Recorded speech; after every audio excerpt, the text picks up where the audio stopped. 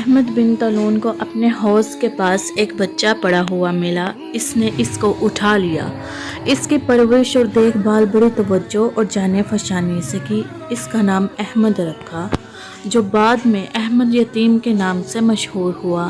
اللہ تعالیٰ نے اس کو ذہانت و فطانت اور ظاہری و باطنی خوبیوں سے خوب نوازا تھا۔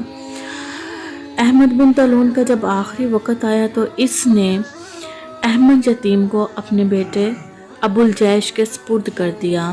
احمد بن طولون جب دنیا سے رخصت ہوئے تو ابو الجیش نے احمد کو بلا کر کہا، میں تمہیں اپنے یہاں ایک منصب پر فائز کرنا چاہتا ہوں، لیکن میری یہ عادت ہے کہ میں کسی شخص کو کوئی ذمہ داری اس کے سپرد کرتا ہوں تو وہ ذمہ داری اسے دینے سے پہلے میں اس سے عہد و قرار کر لیتا ہوں، پھر اس کو میں اپنی ذمہ داری سونپتا ہوں کہ وہ میرے ساتھ کسی قسم کی خیانت کا ارتکاب نہیں کرے گا۔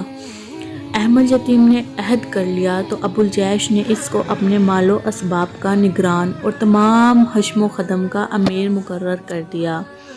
ابو الجیش احمد یتیم کا بڑا خیال رکھتا تھا۔ احمد یتیم نے بھی اپنی ایمانداری، صاف گوئی، خدمت اور دیگر اعلیٰ صلاحیتوں کے ذریعے اس کے دل کو مول لیا تھا، یہاں تک کہ وہ اپنے گھریلو امور کے سلسلے میں بھی اس پر اعتماد کرتا تھا۔ ایک دن اس نے احمد یتیم سے کہا، میری فلاں باندی کے کمرے میں جاؤ، جس جگہ میں بیٹھتا ہوں وہاں ایک موتی رکھا ہوگا، اسے لے کر آؤ۔ احمد یتیم جب اس کمرے میں داخل ہوا تو اس نے امیر ابو الجیش کی چہیتی اور خاص لونڈی کو ایک خادم کے ساتھ قابل اعتراض حالت میں پایا۔ خادم نے جب احمد یتیم کو دیکھا تو نکل بھاگا۔ لونڈی احمد یتیم کے پاس آ کر اسے بھی پیشکش کرنے لگی۔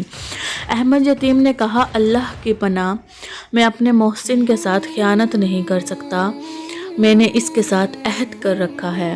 یہ کہہ کر اس نے موتی اٹھایا اور امیر کی خدمت میں جا کر پیش کر دیا۔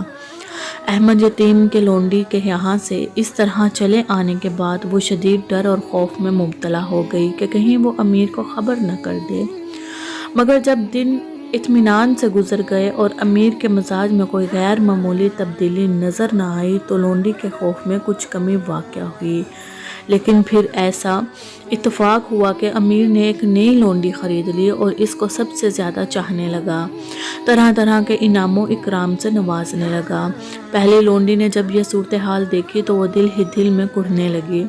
اس نے یقین کر لیا کہ ضرور احمد یتیم نے میری خیانت کا ذکر میرے میر سے کر دیا ہے اور اس وجہ سے میر کا رویہ میری جانب سے بدل چکا ہے، لیکن ایسا بالکل بھی نہیں تھا۔ احمد یتیم نے اپنے محسن کو کچھ نہیں بتایا، لہٰذا اس نے احمد یتیم سے بدلہ لینے کی ٹھان لی۔ چنانچہ ایک دن وہ روتی ہوئی امیر ابو الجیش کے پاس آئی اور دھاڑے مار مار کر کہنے لگی، احمد یتیم نے میری عزت سے کھیلنے کی کوشش کی ہے۔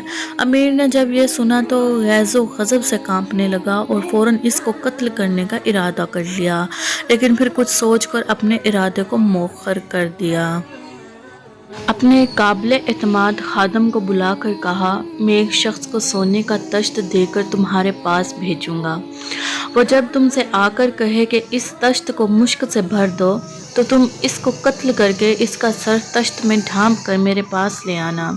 چنانچہ امیر نے اپنے خواص اور مقربین کی ایک محفل جمائی، مشروبات کا دور چلنے لگا۔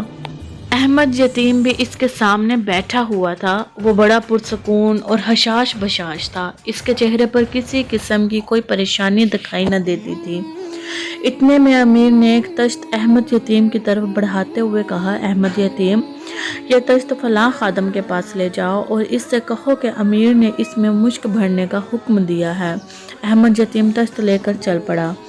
راستے میں جب وہ باقی خداموں و مصاحبین کے پاس گزرنے لگا تو انہوں نے اس کو روک لیا اور مجلس کے بارے میں پوچھنے لگے۔ احمد یتیم نے جان چھڑانے کی کوشش کی اور کہا، مجھے امیر نے کسی کام سے بھیجا ہے، لیکن انہوں نے احمد یتیم کی ایک نہ سنی اور کہا، کسی دوسرے کو بھیج دو، جب وہ لے آئے تو پھر تم امیر کی خدمت میں لے جانا۔